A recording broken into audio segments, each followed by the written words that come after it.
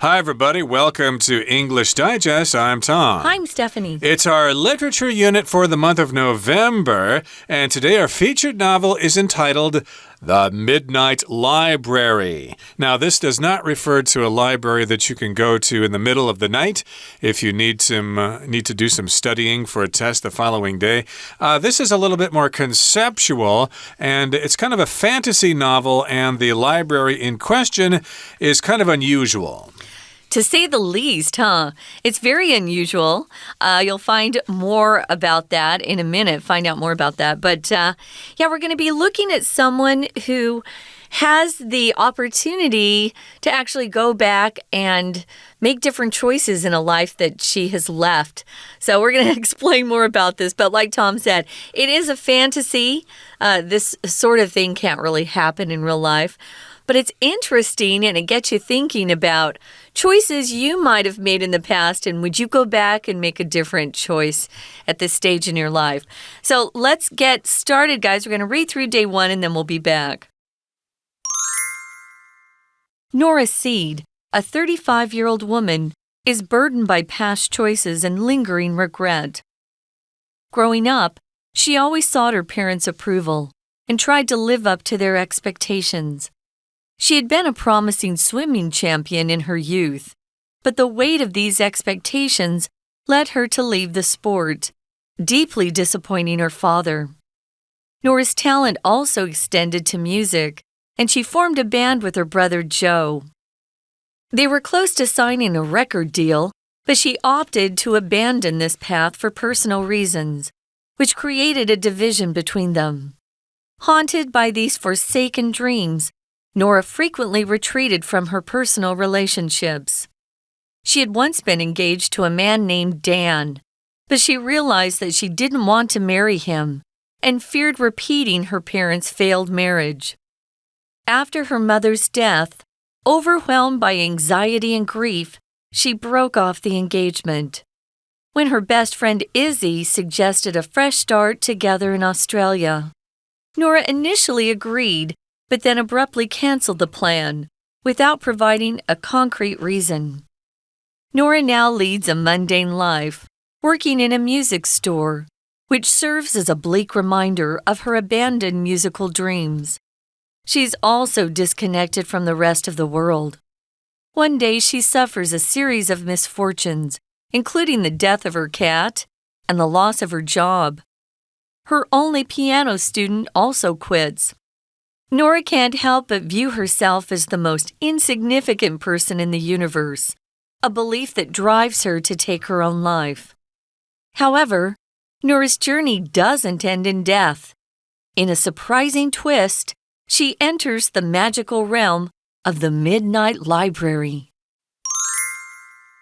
Welcome back, everybody. It's time for us to summarize the contents of today's lesson. Again, the novel is entitled The Midnight Library, Alternative Lives in Pages. So here we've got the word alternative. That just means another choice, okay? Usually kind of a radical choice. You may have heard of alternative music out there. Of course, we've got rock and roll, we've got pop music, but sometimes people are getting bored of that. They get kind of tired of that, and they look for alternative music, another kind of category, something you're not really used to. And indeed, we all have one life to live. And of course, sometimes we want to fantasize, if I made a decision, in high school, or if I knew then what I know now, maybe I would have lived a different kind of life. Or made a different choice that changes your trajectory or the direction that you go in the future. I wanted to mention we're using alternative here as an adjective, but it's also used as a noun, and I wanted to explain how you do that. So if you use alternative as a noun, you don't have to use something else. Like we often will say other choices, other options. But if you use alternatives, you don't have to use another word. You could just say, hey, what are your alternatives? And we know that just means you have different various choices you could make. But as Tom said, especially in today's culture, pop culture especially, they'll add alternative in front of a word to just give you this idea that it's very different from the mainstream. It's a little weird, a little different, a little out there.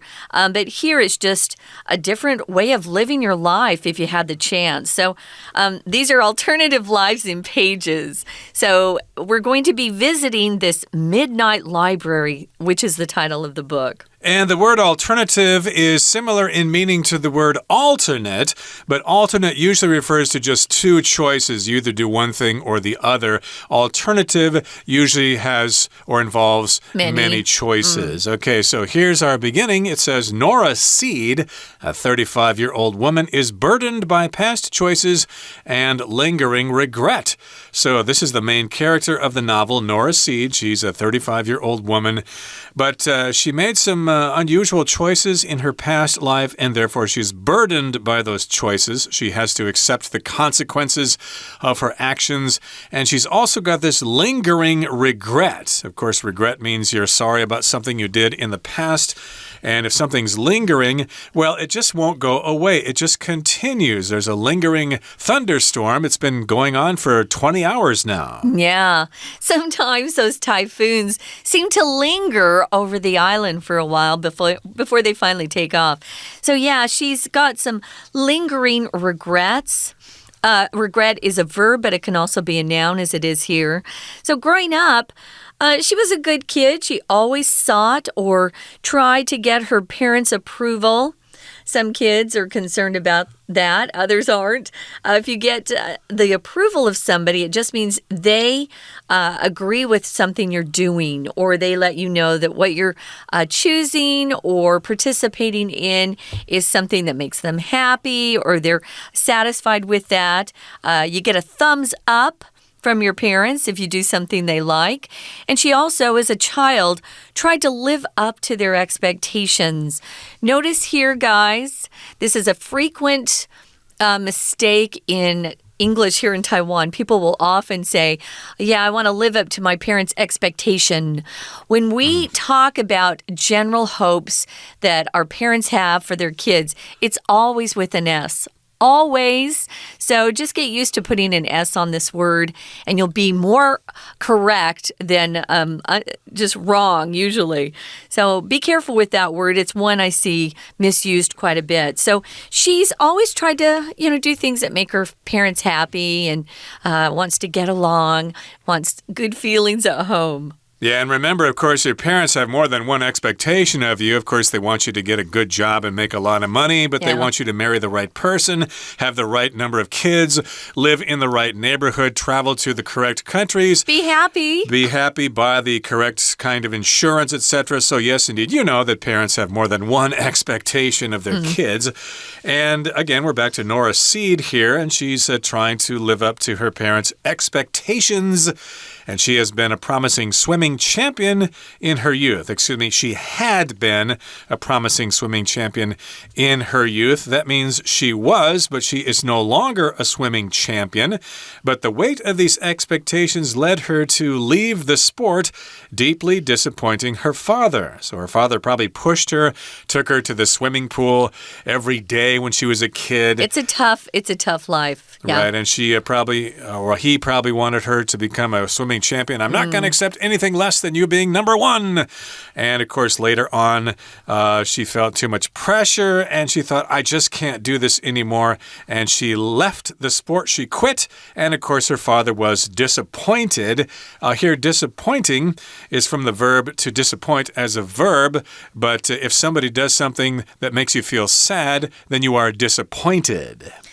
Yeah, or you disappoint them, right? So she did disappoint her dad, who probably wanted to see her very successful as a swimming champ.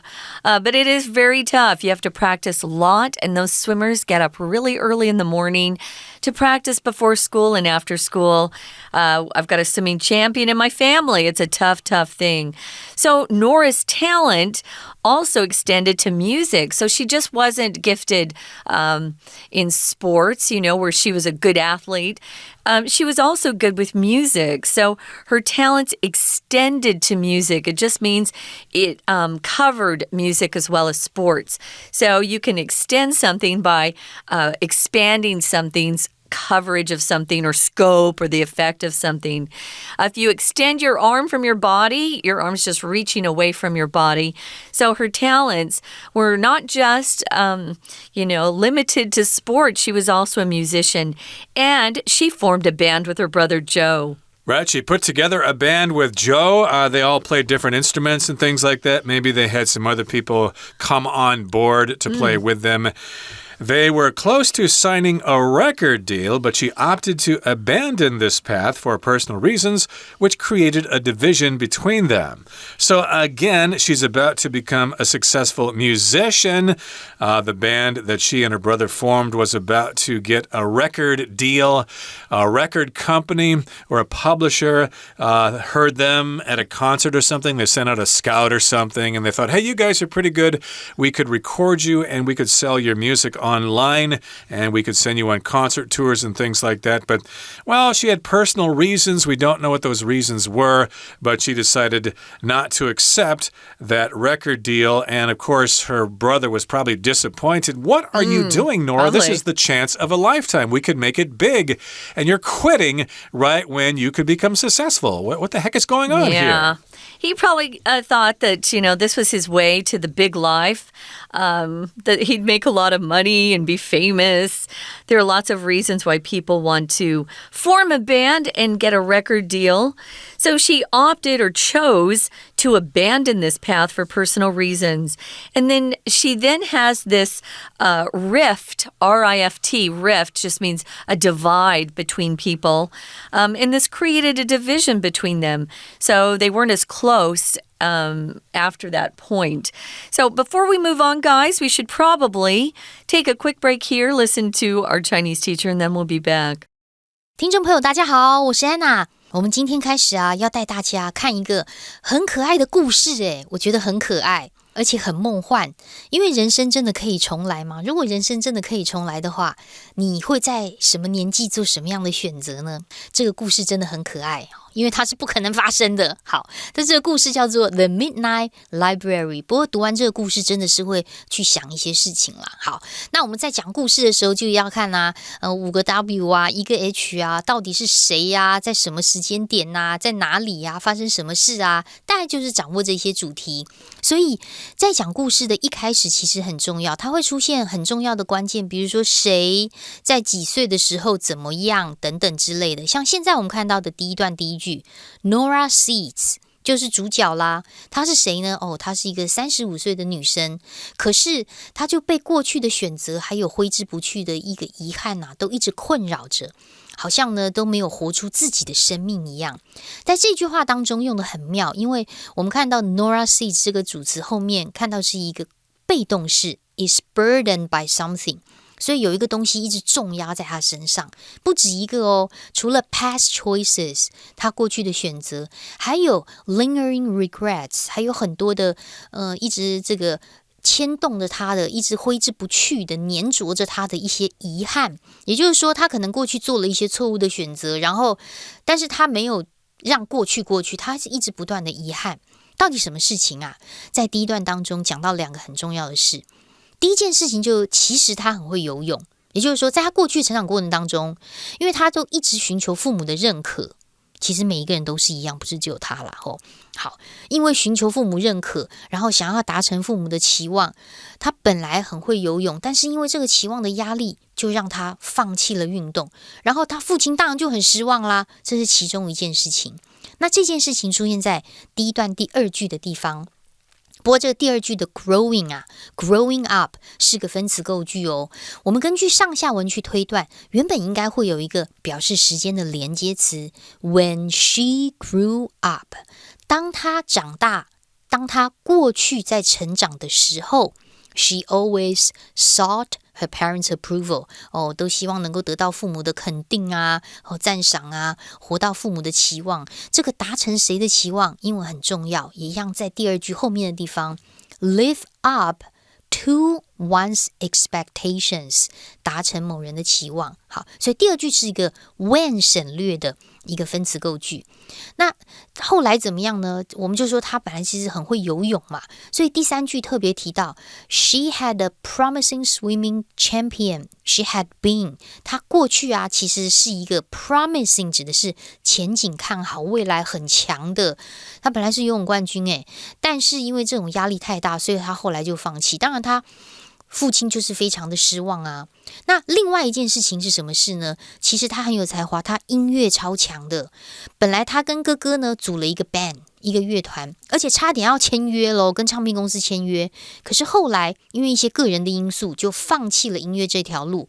结果他当然就超不爽的，他们两个之间这个就分歧了，哥哥跟他之间的感情就不太好。好，我们最后再来看一下第一段最后面这个地方，在第一段最后面这个第5句 be close to 这里是个介系词哦，表示很接近一个什么样的状况，他们接近签合约这件事情，但是他还是选择要放弃这一条道路，所以就有隔阂。我们看到最后面的逗点 which，这里的which是补充说明的关系子句，可是which不是前面的 reason 哦，小心哦。which 还可以代替逗点前整句话，像在这里第一段最后一句的 She opted to do something 一直到 reasons 就是逗點之後這個會取的文意。 We're going to take a quick break. Stay tuned. We'll be right back.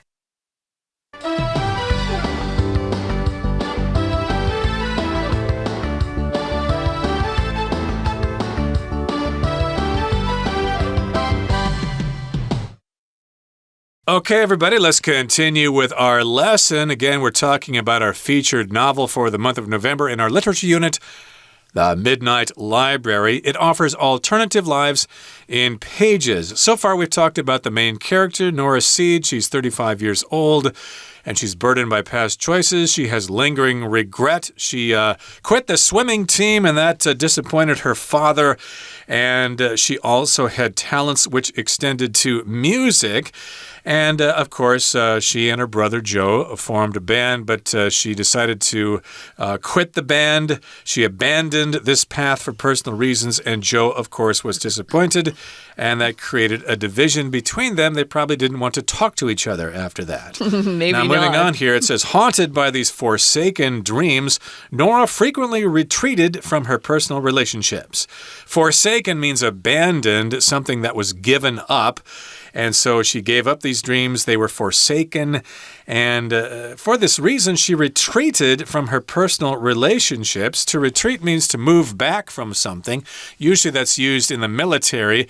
If you are being attacked by the enemy and you can't fight them back, then you retreat. You move backwards to safety.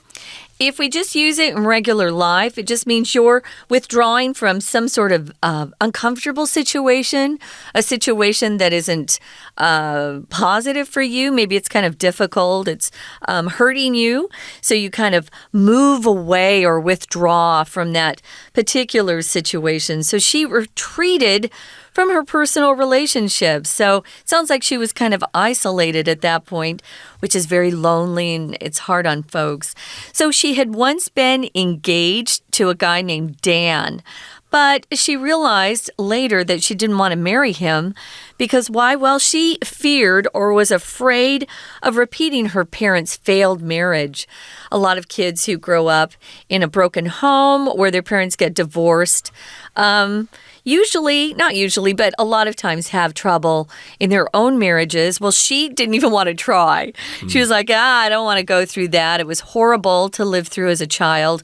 I'm just not even going to try. So that broke off her engagement right there. After her mother's death, it continues here, overwhelmed by anxiety and grief, she broke off the engagement. So again, she was overwhelmed by anxiety and grief. Anxiety is just disturbing feelings that you have about something. Things are not secure for you. You feel nervous about things. You worry about that thing. And so she had anxiety. You could also say she was anxious. That means something slightly different, though. If you're anxious, that means you're really looking forward to something that's going to happen and you can't really control yourself. Oh, I'm so anxious because we're going to go to the amusement park tomorrow. But here, anxiety refers to a mental condition in which you're overly worried or nervous about something. And grief here just means sadness, especially when someone dies. Okay, so you might experience grief if your cat dies or if your parents die, if your grandparents die, or whatever. Yeah, grief, if you see this word, it usually means someone has passed away. It refers to a lot of sadness due to a death somewhere. You can be anxious, though, too, because you're very nervous. I have a friend who we describe as being nervous Nelly. She gets anxious about everything. So if you're very anxious or you've had an anxious personality, you're always worried about something. And it's hard for you to feel comfortable and at peace. You're not very laid back. You're the opposite of that. So she just feels overwhelmed by not just these feelings of worry and fear, but also of sadness.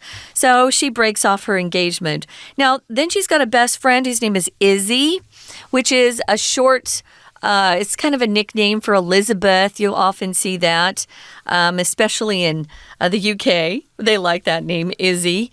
But her best friend said, hey, you know what, Nora, let's just get a fresh start. Let's move to Australia.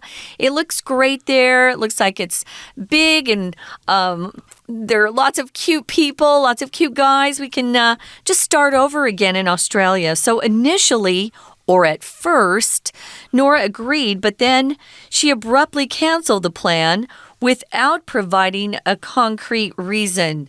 If something's concrete, it's solid, it's real, you're not making it up, it isn't fantasy. She never gave her friend Izzy a really solid reason why she didn't want to go. She just very suddenly just canceled the plan. Yep, they were going to go, but she said, I don't want to go. Maybe she chickened out or she had her reasons, but yeah, she did not provide a concrete or reasonable reason for backing out of that plan. So, of course, Izzy was probably very disappointed and maybe she decided to go with someone else. Who knows? And here in the next paragraph, it says, Nora now leads a mundane life working in a music store, which serves as a bleak reminder of her abandoned musical dreams. So if something's mundane, it's not very exciting. You do a lot of the things in life over and over again. It lacks excitement. It's dull. It's boring, etc. So yes, it's a mundane life, and she's got a job in a music store, which I suppose pays well enough, but still that to her is a bleak reminder of her abandoned musical dreams. Indeed, if you do end up in a music store and you did have a promising career as a musician, that would just seem kind of embarrassing or disappointing. Or if you end up as a teacher of gymnastics instead of being a star in gymnastics or a coach or something like that, then, of course, that's going to be a bleak reminder of your dreams, which didn't work out. Well, she abandoned them. Remember, abandon just means you walk away from something, you give it up. She's also disconnected from the rest of the world. We find this to be a big problem these days, especially among the youth. They're either at home playing video games or always on their phone with social media. But if you're disconnected, you're really not getting together with other people socially. So you feel isolated and alone, and that's how she's feeling. So one day, she suffers a series of misfortunes. A series is one thing after the other. We use series to talk about TV series, right? There are different episodes in a series or series of novels, a series of movies. Movies, we usually use the word sequel. But, it's one after another. A misfortune is something bad that happens to someone. Miss means bad. If you ever see MIS in front of a word, it's usually bad. Misfortune, the opposite of good luck. is bad luck. But this includes something that is really hard for some people, especially lonely women, and that would be the death of a pet, especially cats, and the loss of her job. She even loses her music store job. So she must, at that point, feel like a big failure. Yeah, but misfortune is something bad that happens to you. It's a bit of bad luck. Yeah. She lost her job. Her cat died. Sometimes these things happen. And her only piano student also quits. So there are 3 misfortunes there for her. And so, of course, I guess she was a piano player. Piano teacher. Piano teacher. Well, I mean, she was before if she was going to join a band. I'm guessing that was what she was going to play. And we call them a keyboardist. Exactly. Yeah. So, of course, if she was not going to be a keyboard player in the band, she could teach it. Like if you're a guitar player, you might teach students to make some money, even though it might be a little boring for you. Oh, let's do the C scale again. Or let's play the C chord or the F minor chord. That could be quite boring if you were, on stage before with the thousands of screaming fans trying to get to know you and get your autograph and stuff like that. But hey, things are going bad for her. She lost her cat, she lost her job, and she lost her piano student. And Nora can't help but view herself as the most insignificant person in the universe, a belief that leads her or drives her to take her own life. So indeed, if you have a series of misfortunes or failures, you might start to think that you are insignificant. You're not important, you don't mean anything, and you might think, hey, the world would not be any different if I weren't here. So, and sadly enough here, this belief that she's insignificant, and she actually says she's the most insignificant person in the universe, that drives her or pushes her, propels her to take her own life, which just means she commits suicide, which is horrible. And in the last sentence, however, Nora's journey doesn't end in death. And we're not talking about her moving on to live in heaven. No, there's an interesting, position in the middle of life and death that this author has thought up. And so that's why it's so interesting. In a surprising twist, a twist in a book is something that happens in the plot that you were not expecting. It's surprising. So she enters the magical realm of the Midnight Library. Realm just here means just a different world or sphere or field. The magical realm. So something magical is going to be happening there in the Midnight Library. We're going to tell you about that, but we're going to have to wait for our next program. Right now, we're going to listen to our Chinese teacher. 那后来啊，就是因为主要是放弃了游泳的梦想，然后又放弃了音乐的梦想，他就一直成长的这个状况就感觉就不是很开心，所以第2段第1句啊，又出现了一个分词构句。它字面上的意思是，这些被遗弃的梦想像鬼魅一般的困扰着 Nora。那这个分词构句还原的话呢，我们可以去推测应该是少的连接词 because Nora was haunted。这个 haunt 啊，就有像鬼一样的附身啊，萦绕着的意思，所以通常都会用被动。Nora was haunted by these forsaken dreams， 所以就是因为她一直不断的被困扰，被这些梦想困扰，所以她就一直人际关系啊就一直退缩，就好像也不开心。然后呢，你看这个父母亲又对她很失望，然后她哥哥又不谅解她。甚至在第2段又出现另外一个新的情节，其实她本来跟一个 Dan 的一个男生已经订婚，可后来她发现她根本不想要嫁给他，因为她觉得她如果跟他结婚的话，可能会跟她的父母亲一样，会离婚，会有失败婚姻的这种重蹈覆辙。所以第2段又出现了另外一件事情，就出现在第2段第2句这个地方。所以后来啊，她母亲去世之后， Nora 就很焦虑，然后又很悲痛。在这样的情况之下呢，她就跟 Dan 解除了婚约。好，我们来看一下第2段的第3句哦。我们说啊，这里也会有一个分词构句，因为 death 后面逗点之后省略的是 because she was 这个原因，把这个原因原本从句子一直到 because 删掉，剩下 overwhelmed by， 它就是一个 PP， 看起来是 PP， 已经是变成分词片语的一个分词构句。好，那结婚这个原本订婚啊，后来又解除婚约之后，当状况不是很好，不过还好他有一个好朋友，他好朋友是谁呢？第二段第4句出现了，他的好朋友叫做 Easy 他就提议说，不然我们一起到澳洲重新开始。那 Nora 本来答应了，可是后来又没给什么确切理由，又取消了。所以你想想看， Easy 应该对他也不是很谅解哦。好，那现在他整个状况就不是很好啦，所以我们进到第3段。现在 Nora 到底是过着什么样的生活呢？就过很平淡生活，然后他就在音乐行工作，然后呢有一个教钢琴的一个 pupil， 一个这个家教课。可是就有一些事情发生了。什么样的事情发生呢？后来啊，因为他养的猫过世，然后他又失去了工作，他就觉得我怎么这么悲惨啊？这世界有没有我好像都没有关系。我们来看第3段最后第5句的地方。第5句这边出现很重要的片语叫做 can't help but do something， 中文翻成是不得不经，不得不忍不住做一件事。在这里的 help 不是帮忙哦，而是 avoid 避免，或者是 resist 抵抗的意思。好，所以他就有一个信念。这个信念呢，同样这句话逗点之后有一个 a belief， 这里的 a belief 是逗点前面整句话的意思，它就出现了这样的信念。什么信念？从后面 that 一直到句尾是限定用法的关系子句。那这样子的信念驱使他想要结束自己的生命，这个很不应该哦。如果有特别的状况的话，其实都可以求救的。但是还好他没有结束自己的生命，所以就进入了午夜图书馆的神奇领域哦。我们明天会继续看这个故事，我们明天见。That's all for today, everybody, but please join us again next time when we continue to summarize our featured novel for the month of November, The Midnight Library. We are certainly looking forward to seeing you again there. From all of us here at English Digest, I'm Tom. I'm Stephanie. Goodbye. Bye.